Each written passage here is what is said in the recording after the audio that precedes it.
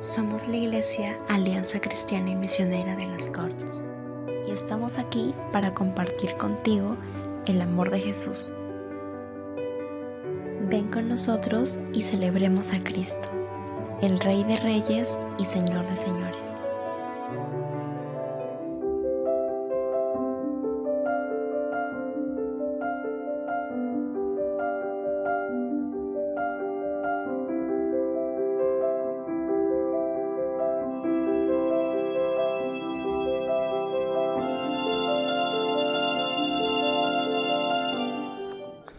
Claro que sí, un pastor joven, ¿no? Pero aquí veo a lindos viejos amigos. No quiero decir sus nombres, si no se van a enterar y después, pero lindos siervos de Dios que conozco de hace muchos años, ¿no? Bueno, voy a tener que decirlo, José, ¿no? José Martínez, como conocemos tantos años. Yo le he visto predicar cuando tenía, creo, 30 años, 32 años, te vi predicar. Y bueno, y a todos ustedes, esta linda iglesia del ESCOR y a todos los que están invitados hoy. Llegamos hace 7 años con un grupo de pastores y recibimos hace 7 años el llamado macedónico. En ese momento el macedonio era el pastor Jorge, no Jorge Álvarez, que nos entrevistamos con él y dijo, vengan y ayúdennos, ¿no es cierto? Los peruanos, como él es peruano, también nos hizo un llamado a los peruanos.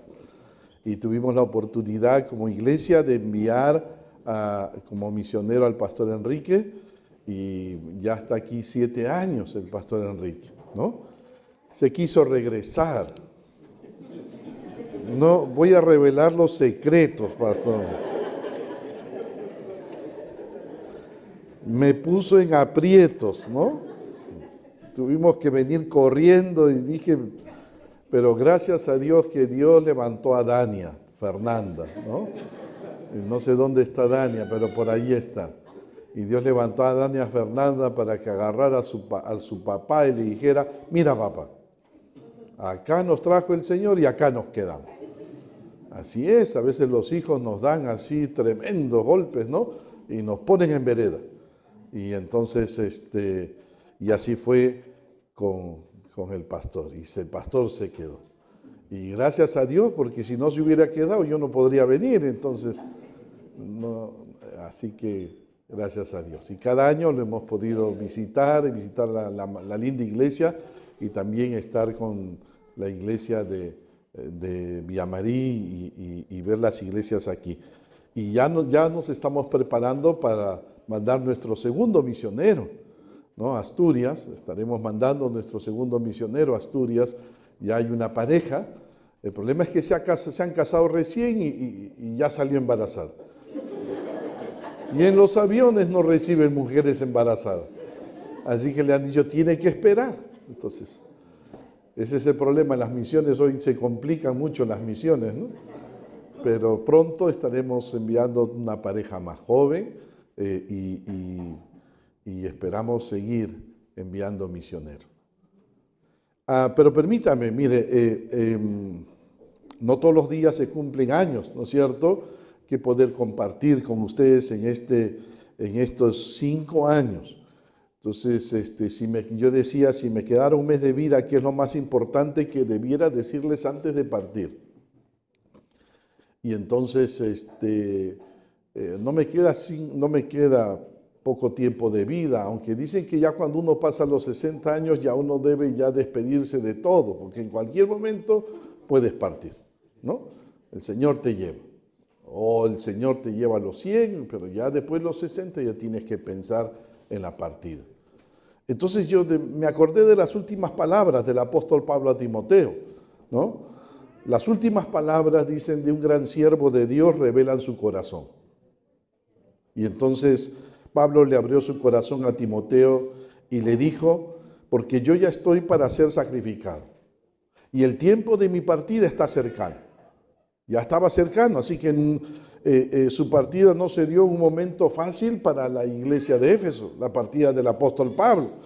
La iglesia que él mismo había fundado había caído en lo mundano, en las falsas enseñanzas. El apóstol había dejado a Timoteo al mando de la iglesia, esperando que Timoteo arreglara las cosas. Pero las luchas internas, las persecuciones, hicieron que Timoteo vacilara. Timoteo comenzó a luchar con el temor. Es evidente que se vio tentado a suavizar su predicación, porque eso puede pasar. Así que el apóstol Pablo tuvo que darle algunas instrucciones para que se mantenga firme en tiempos peligrosos.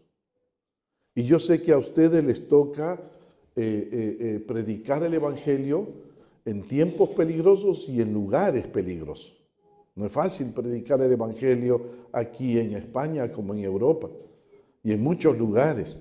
Así que las instrucciones que le dejó Pablo a Timoteo no son solo para Timoteo, sino también para ustedes, amada iglesia del Escort. Los mismos peligros de ayer, doctrinas falsas, persecución, mundanalidad, son los mismos peligros de hoy. ¿Cómo evitar caer en esos peligros? ¿Cómo mantenernos firmes? Muchos más años. Bueno, siguiendo los consejos de Pablo a Timoteo.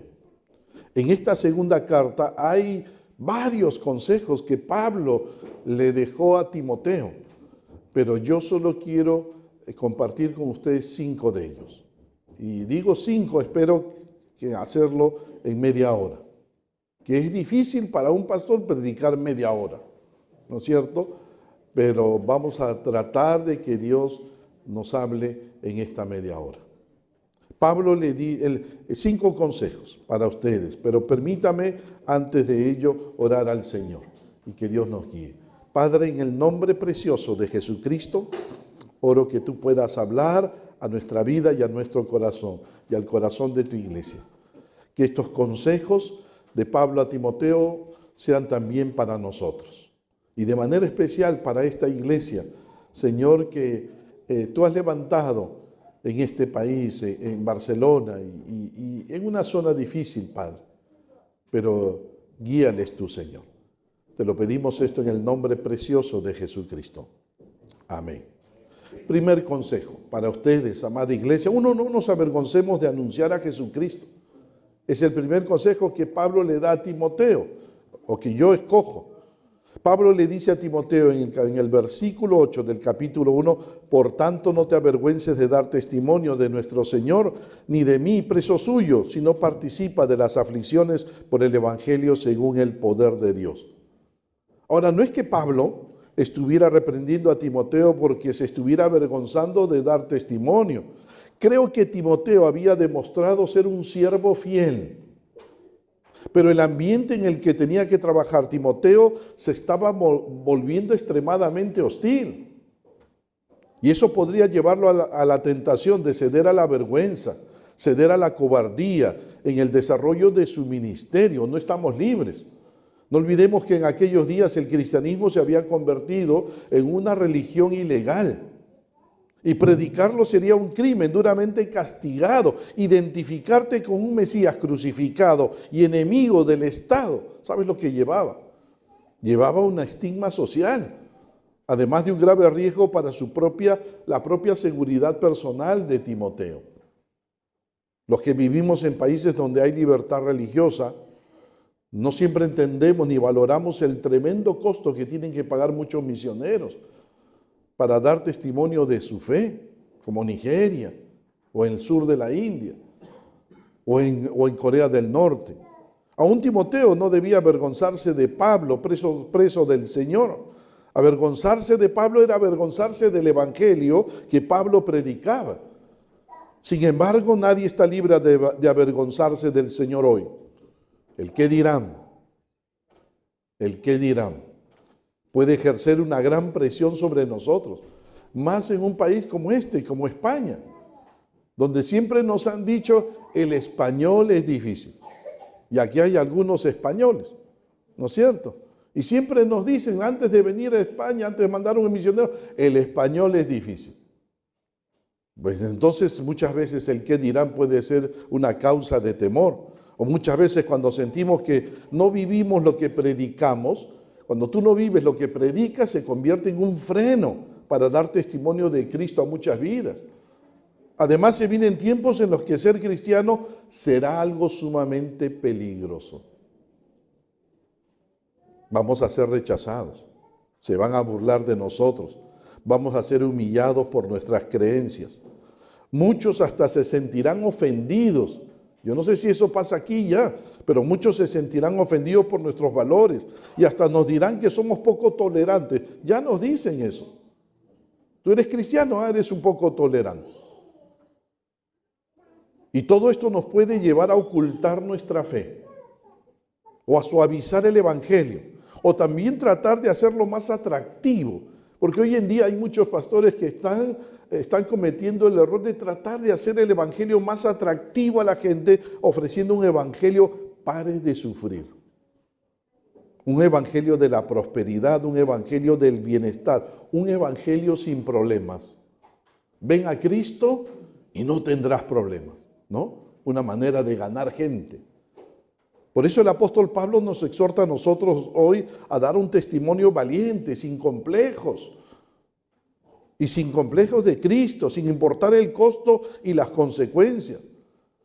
No olvides, mi hermano, que Pablo estuvo en la capital intelectual del mundo, Atenas, y estuvo en la capital del poder mundial, Roma, y en ningún momento se avergonzó del evangelio. ¿Por qué? Por lo que el evangelio hace. Dice Romanos 1:16, es poder de Dios, el evangelio.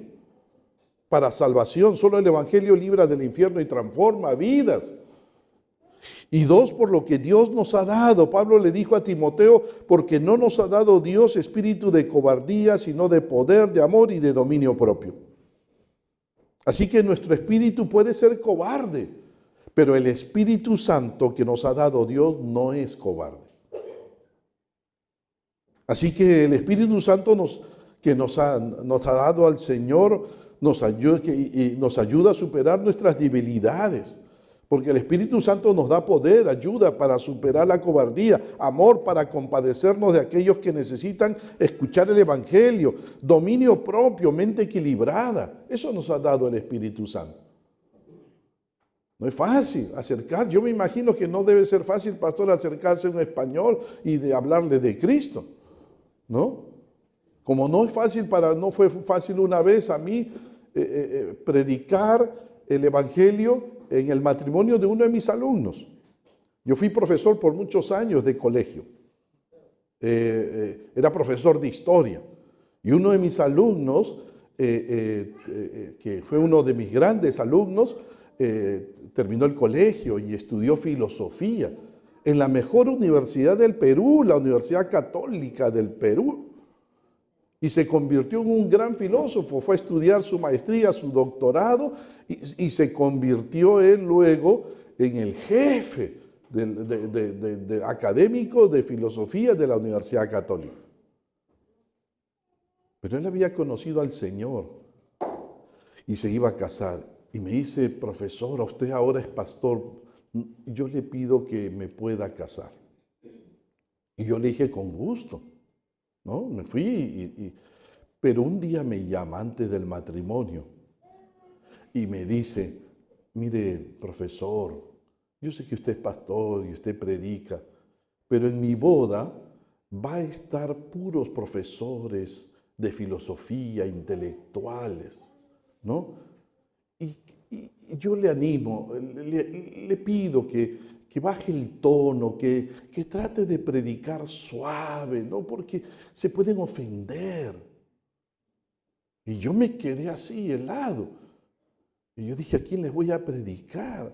Me sentí de verdad como Timoteo, tentado a ceder. Y ese día yo me fui a predicar a la boda y veo a todo un auditorio así como este, pero todos barbones, con lentes, ¿no? Gente intelectual. Entonces yo también me asusté y yo dije, bueno, de repente tengo que bajar el tono de mi mensaje y hablar un mensaje más motivacional, ¿no? Más buena gente. ¿no? Pero yo recuerdo que me paré y me acordé de este pasaje. No te avergüences de predicar el Evangelio. Así esté gente barbuda allí. Así estén españoles ahí, ¿no es cierto? Y yo recuerdo que le pedí ayuda al Señor. Señor, si tú me das la oportunidad de predicar el Evangelio aquí a estas personas, quizás sea la última vez que ellos escuchen el Evangelio, o la primera y última vez que escuchen, y yo no puedo desaprovechar esa oportunidad. Me olvidé de mi alumno y de lo que me dijo. De frente, si no te arrepientes, te vas al infierno. Esos barbudos se quedaron así. Pude predicar el Evangelio sin temor y hablar de Cristo. Nunca los volví a ver porque yo me salí disparado, asustado. Pero no importa, el mensaje del Evangelio quedó para con ellos. Y no te avergüences. Quizás habrá personas que te asusten, pero tú háblales de Cristo. No olvides que la Biblia es poder de Dios para salvación. La palabra de Dios tiene poder y tú tienes el poder del Espíritu Santo. Imagina, doble poder. Y entonces vas a poder hablarles de Cristo a la persona. Tú tranquilo, Dios va a hacer la obra. 2, el segundo consejo, permíteme rapidito. Hagamos la obra de Cristo en las fuerzas de Cristo. Lo primero, no te avergüences del Evangelio. Lo segundo que quiero animarles como iglesia es hacer la obra de Cristo en las fuerzas de Cristo. Realizar la obra de Cristo en nuestras fuerzas puede hacernos sentir de dos maneras. 1, podemos sentir que no estamos capacitados para servir a Dios. ¿Sí? Cuando tú haces la obra en tus fuerzas, puedes llegar a sentir que tú no estás capacitado para servir a Dios. Por la magnitud de la obra del Señor, y como Gedeón, terminamos sintiendo que no somos aptos para el servicio a Dios. Pero lo segundo es que podemos sentir que estamos ese es el otro extremo. Podemos sentir que estamos ultra capacitados para servir a Dios, de tal manera que nos lanzamos a servir a Dios con todos nuestros talentos, habilidades, dones, y como Moisés terminamos matando a un egipcio por hacer la obra en nuestra carne. ¿Notas los dos extremos? Pablo no quiere eso para Timoteo. Pablo sabe que lo que tiene que enfrentar Timoteo a su muerte no era fácil. No, muchos colaboradores del apóstol que en otro tiempo fueron fieles, ahora lo estaban abandonando. El Imperio Romano había comenzado una implacable persecución contra el cristianismo. Aún Pablo le advierte a Timoteo en el capítulo 3, versículo 1, debes saber esto, que en los postreros días vendrán tiempos peligrosos.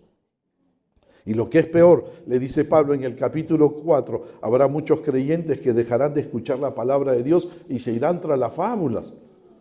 Desde una perspectiva puramente humana sería difícil realizar la obra de Dios. Timoteo necesitaba urgentemente hacer uso de los recursos del cielo para servir al Señor. Y ahí viene la exhortación del apóstol Pablo, capítulo 2, versículo 1. Tú pues, hijo mío, esfuérzate en la gracia que es en Cristo Jesús. Notas, mi hermano, el verbo esfuérzate está en modo imperativo, lo cual lo convierte en una orden. Esfuérzate, Timoteo. Pero es una orden con mucho amor, con mucho cariño, porque Pablo le dice a Timoteo, hijo mío, pero también está en modo pasivo, no reflexivo. No sé qué es eso, pero lo que sí sé es que Timoteo no debe esforzarse o fortalecerse a sí mismo, sino que debe permitir que la gracia divina lo fortalezca. ¿Notas? Es Cristo quien debe fortalecer a Timoteo, no fortalecerse Timoteo a sí mismo. Para que Cristo lo fortalezca, Timoteo debe esforzarse en no depender de sus propias fuerzas. Si tú quieres que Dios te use, entonces no debes usarte a ti mismo, Si tú quieres servir en las fuerzas de Dios, como debe ser, entonces tú debes dejar de depender de tus propias fuerzas, como Pablo llegó a aprender. Es interesante que Pablo, el apóstol Pablo, dijo en 2 Corintios 12:9, de buena gana me gloriaré más bien en mis debilidades. ¿Para qué? ¿Para qué? ¿Está acá? ¿Para qué?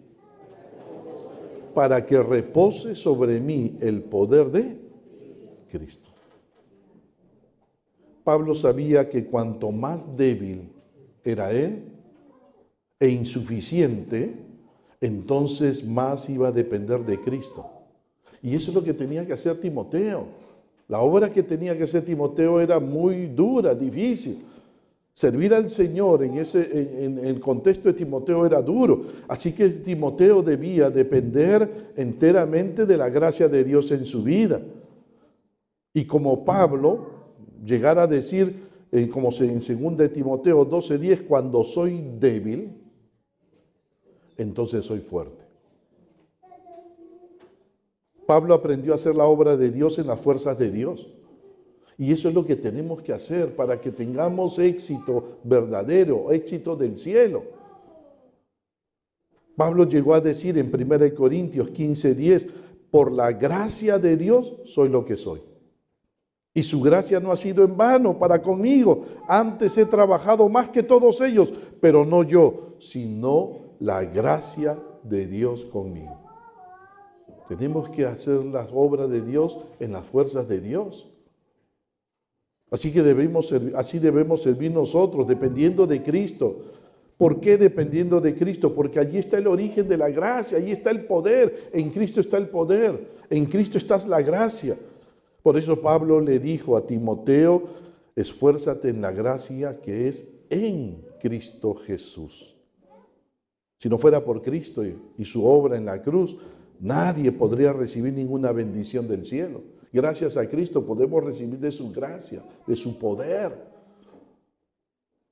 Cristo es la fuente del poder divino y es impartida a todos aquellos que entran en una unión vital con Cristo. Así que toda nuestra vida debe girar en torno a Cristo, para que Cristo actuemos en su gracia. No te olvides de este versículo. Juan 15, 4 y 5. El Señor Jesús dijo, permaneced en mí y yo en vosotros. Como el pámpano no puede llevar fruto por sí mismo si no permanece en la vid, así tampoco vosotros, si no permanecéis en mí. Yo soy la vid, vosotros los pámpanos.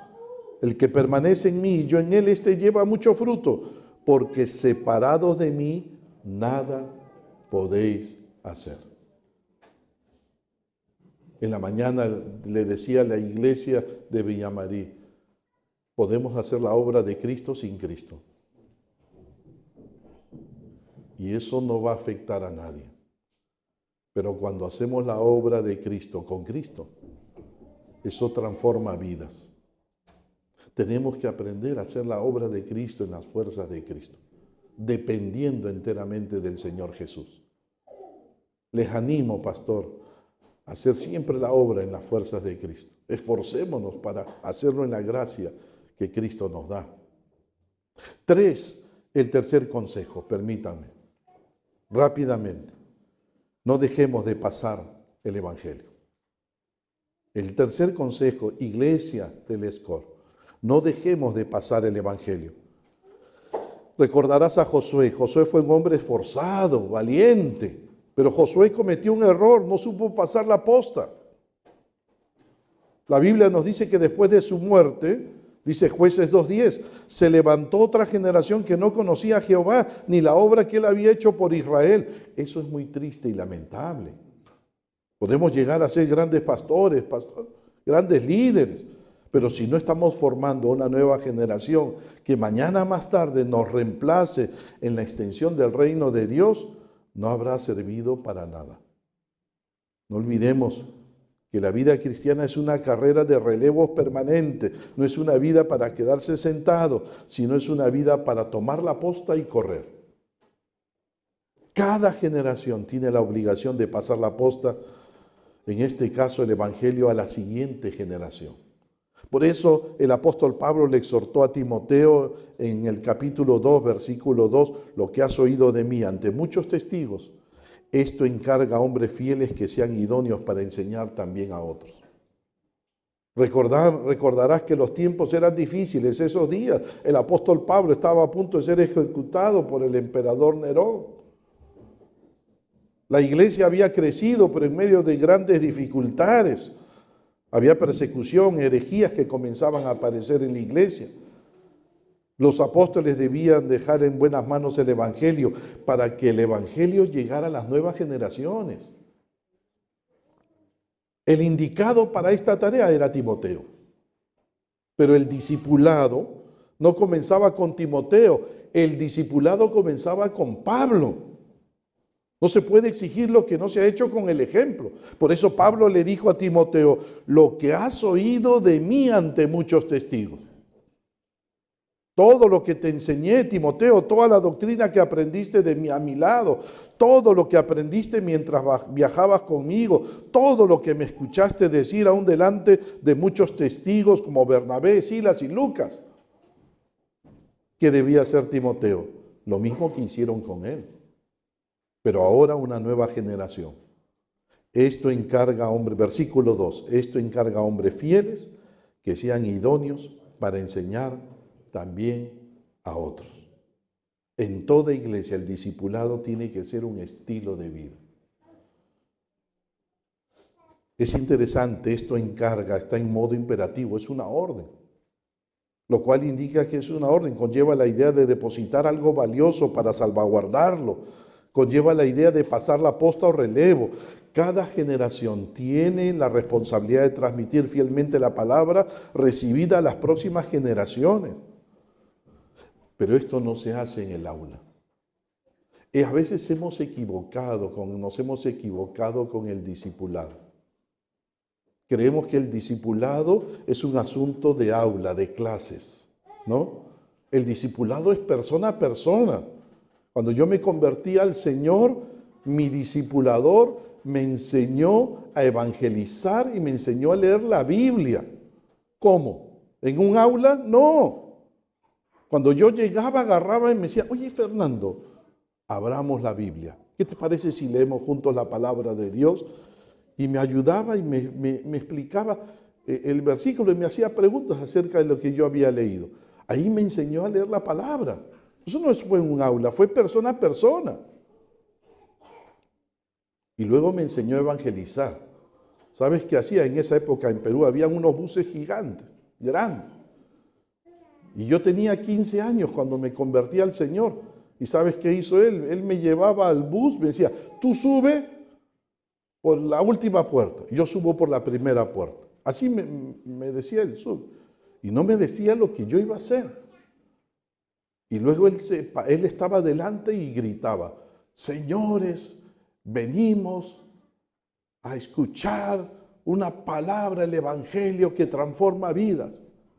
Y vamos a escuchar el testimonio de un hombre transformado por Dios.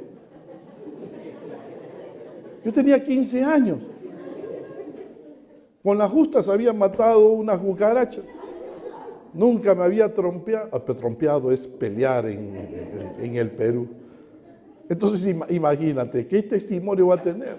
Yo no tenía un testimonio grande, pero yo le digo, bueno, como ya me dijo que debía dar mi testimonio, yo gritaba, bueno, yo me llamo Fernando, yo le mentí a mi mamá.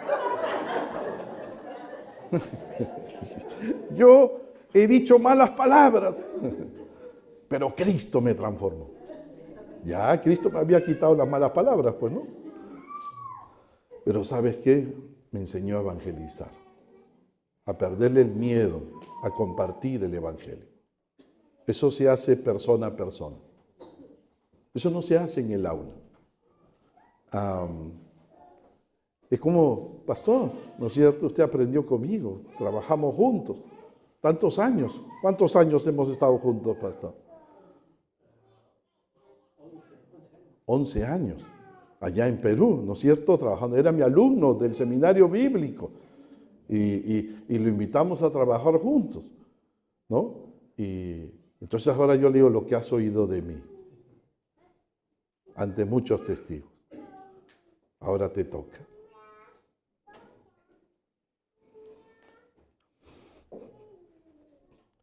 Pasar la posta a muchos peruanos, pero también a muchos españoles. No olvides, ¿has venido por los peruanos? Sí. Por los colombianos, sí. Pero principalmente viniste por los españoles. Esos que son difíciles, duros.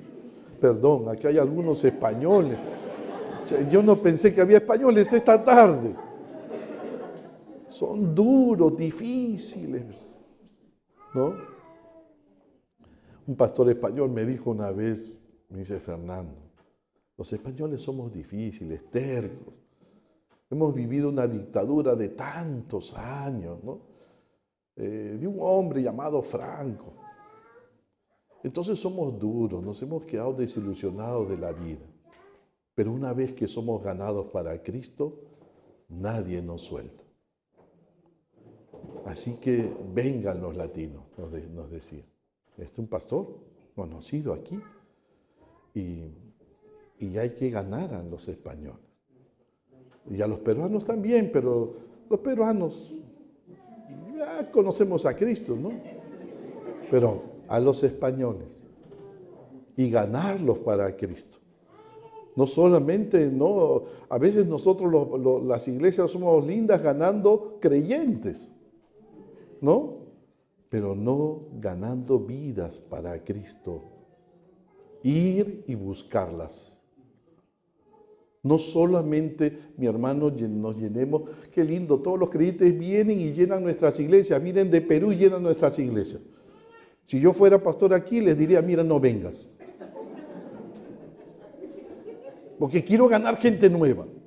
Ve a abrir tu iglesia por allá. Perdón, me sale lo chalaco, lo peruano, me sale ¿no? Pero si hay algo que debemos hacer los creyentes, es ganar vidas para Cristo. Compartir el Evangelio. Y no esperar que la gente llegue. Es que a nosotros nos enseñaron allá en el Perú las campañas evangelísticas, ¿no? Tú repartías el volante para que la gente venga a escuchar al predicador. Pero en la Biblia no hay campañas evangélicas. En la Biblia vemos a Pablo saliendo de ciudad en ciudad, de pueblo en pueblo, predicando el Evangelio. Él iba a la gente, no esperaba que la gente llegue a ellos. Iglesia del Escor, no esperes que la gente venga, sal a buscarlas. Aunque te cierre la puerta. Conozco un pastor en Lima que comenzó una obra así, de cero. Él iba y tocaba puerta por puerta y le tiraban la puerta en la cara. Pero así fue ganando vidas para Cristo. Dios lo usó de una manera especial. Y así Dios te tiene que usar, pastor.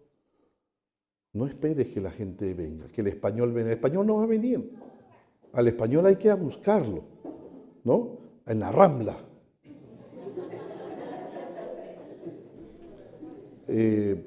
¿Dónde más para el español? Yo sé. En las tapas. En las tapas. ¿Sí o no, Fernando? ¿Dónde está el pastor Fernando? En los bares. Mira, una clarita, que es más santa. Perdonen a los pastores que están aquí, pero a mí me han dicho que la clarita es más santa. Lo otro es, ¿cómo se llama? Cerveza, eso no, ¿no? Pues la clarita es más santa. Pero una tapa, ahí te sientas viendo el partido, le empiezas a hablar de que el Real Madrid no es tan bueno, pero el Barcelona sí. Y le compartes el Evangelio. Hay que ir a buscar a las personas. No hay que llenarnos solo de creyentes. Está lindo los creyentes, qué bueno. Pero una vez que tengamos creyentes, salgamos a predicar el Evangelio. Así lo enseñaron, así le dijo Pablo. Timoteo aprendió de la palabra acompañado a Pablo a lo largo de su ministerio. Pablo le dijo a Timoteo, pero tú has seguido mi doctrina, conducta, propósito, fe, longanimidad, amor, paciencia, persecuciones, padecimiento. Y él tenía que pasarle la posta a hombres fieles y que sean idóneos también de enseñar a otros. 4. Me quedan 2 minutos, 3 minutos. Ahí voy a decir los 2 últimos. Mantengamos la pureza de nuestro corazón. Sin santidad nadie verá al Señor. Pero el pecado también obstaculiza la obra de Dios. Ya saben, Acán. El pecado hizo que perdieran con un pueblo tan pequeño como Jai. La pureza es importante, es la ausencia de todo lo que contamina. La pureza es vital para tener comunión con Dios. Bien dice la palabra en el Salmo 24, ¿quién subirá al monte del Señor y quién estará en su lugar santo? El limpio de manos y puro de corazón, el que no ha elevado su alma a cosas vanas ni jurado con engaño. Pero también es vital para nuestro servicio al Señor. Para que Timoteo entienda bien esta verdad, Pablo va a usar una ilustración para entender de que es vital la santidad, la pureza para hacer la obra de Dios. Capítulo 2, versículo 20. Pero en una casa grande no solamente hay utensilios de oro y de plata, sino también de madera y de barro. Y unos son para usos honrosos y otros para usos viles. La casa grande es la iglesia. Los utensilios son todos los creyentes con los cuales Cristo edifica su iglesia. Lamentablemente en la iglesia hay instrumentos de uso honroso, de oro y plata. Y hay instrumentos de usos viles, de madera y de barro. Los instrumentos de uso honroso son los creyentes limpios, fieles, por lo tanto, útiles para la obra del Señor. Pero los instrumentos de usos viles son los creyentes contaminados por el pecado, infieles que no son útiles para el Señor. Pablo quiere que Timoteo sea siempre un instrumento de uso honroso. Para ello, 1, Timoteo, mantente limpio. Versículo 21 del capítulo 2. Así que si alguno se limpia de estas cosas, será instrumento para honra, santificado, útil al Señor y dispuesto para toda buena obra. Timoteo, aléjate del pecado. Pastor, dice Isaías, purificaos los que lleváis los utensilios de Jehová. La santidad es importante. La pureza, la limpieza. Dios va a usar a un instrumento que está limpio. Y el segundo consejo que le da Pablo a Timoteo, huye de las pasiones juveniles. 2:22, huye también de las pasiones juveniles y sigue la justicia, la fe, el amor y la paz. El consejo anterior tiene que ver con lo externo, pero este consejo tiene que ver con el corazón. Pasiones juveniles tiene que ver con toda una serie de pecados del corazón, deseos sexuales ilícitos, orgullo, rebeldía, ambición, ira, deseos de sobresalir, amor al dinero, todos aquellos pecados que obstaculizan que Cristo establezca su carácter en nosotros. Huye, Timoteo. Huye. Es una orden. La imagen es de una persona que continuamente está corriendo para evitar su captura. Pero huye y sigue. ¿Qué cosa? La justicia, la rectitud moral, el amor por Dios, por los hermanos, por el mundo necesitado, por Cristo. Y 3, la paz, es esa armonía de corazón que nos conduce a estar en armonía con todos los demás. Timoteo, camina con los que de corazón limpio invocan al Señor. Si hay algo que nos protege del pecado, es el hecho de caminar con otros hermanos de corazón limpio. Para que Dios nos use a todos nosotros. Y el último consejo, permanezcamos en la palabra y prediquemos la palabra. Pastor, te corresponde a ti, pero también le corresponde a toda la iglesia. Pablo le hace una seria advertencia a Timoteo en el capítulo 4, versículo 3. Porque vendrá tiempo cuando no sufrirán la sana doctrina. En otras palabras, el apóstol está advirtiendo a Timoteo que llegará un tiempo cuando los creyentes ya no querrán escuchar la enseñanza saludable de la palabra de Dios que transforma vidas. Y esto se está volviendo una característica de nuestros tiempos. En Latinoamérica esto es terrible. ¿Por qué la gente rechaza la sana doctrina?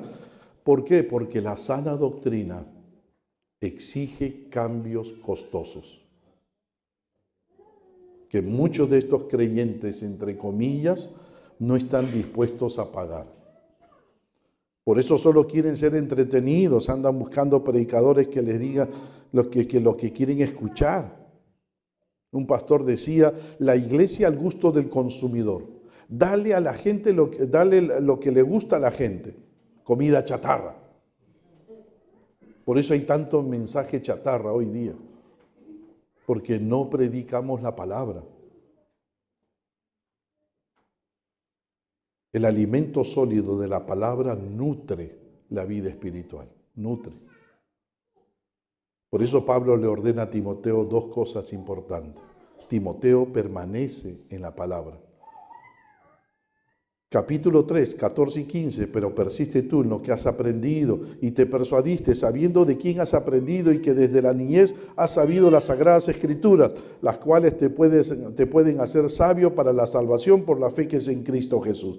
Timoteo, ¿quieres mantenerte firme en los días malos que se avecinan? Sigue siendo fiel a la palabra de Dios. Timoteo conocía muy bien el valor de la palabra, pero también estaba persuadido de su veracidad.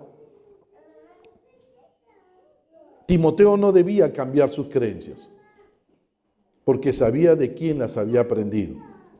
3 grandes maestros tuvo Timoteo: el apóstol Pablo, la abuela Loida y su madre Eunice. ¡Qué calibre de maestros!, ¿no, pastor? Usted aprendió la palabra ahí en Perú de grandes maestros.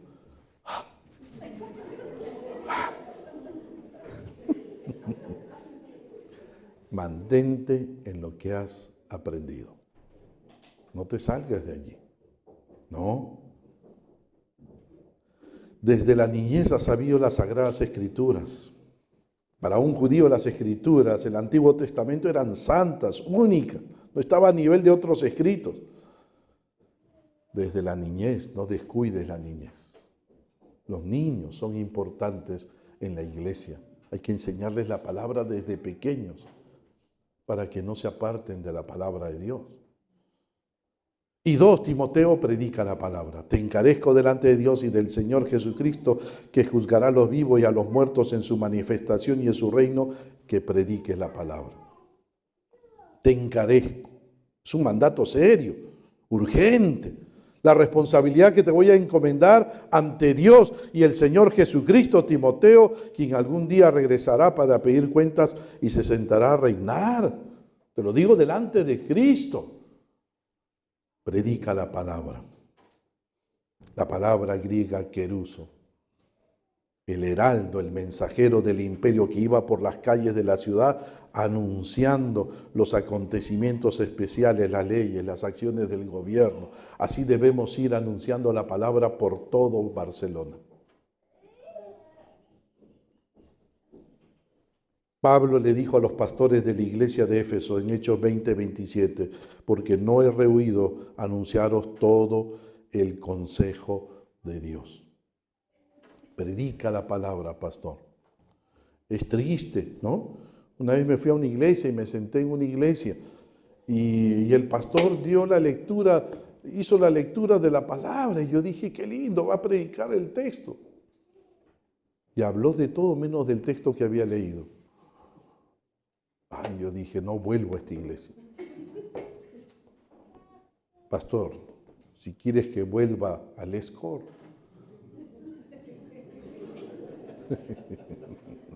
Me cuesta caro el pasaje. Bien caro. Predica la palabra. Abre la Biblia. Lee el texto y predica el texto. Sé fiel a ello. Solo la palabra transforma vidas. Nosotros no transformamos a nadie, pero la palabra sí. Y la iglesia crece en la medida que su pastor crece. La iglesia avanza en la medida que el pastor avanza. Así que tienes un gran reto, pastor. Y te lo he dicho delante de todos, todos los testigos. Así que mira la responsabilidad, pastor.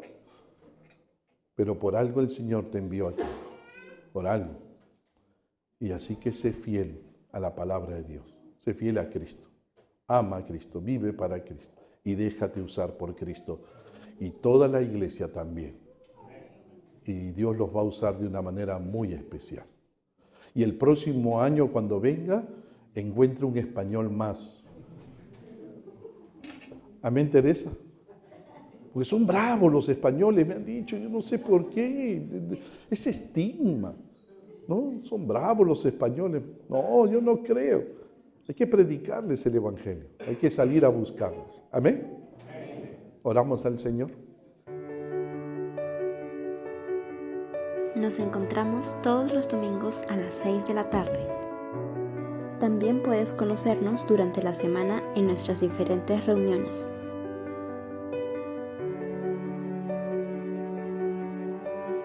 Síguenos en nuestras redes sociales. Nos gozamos que estés aquí.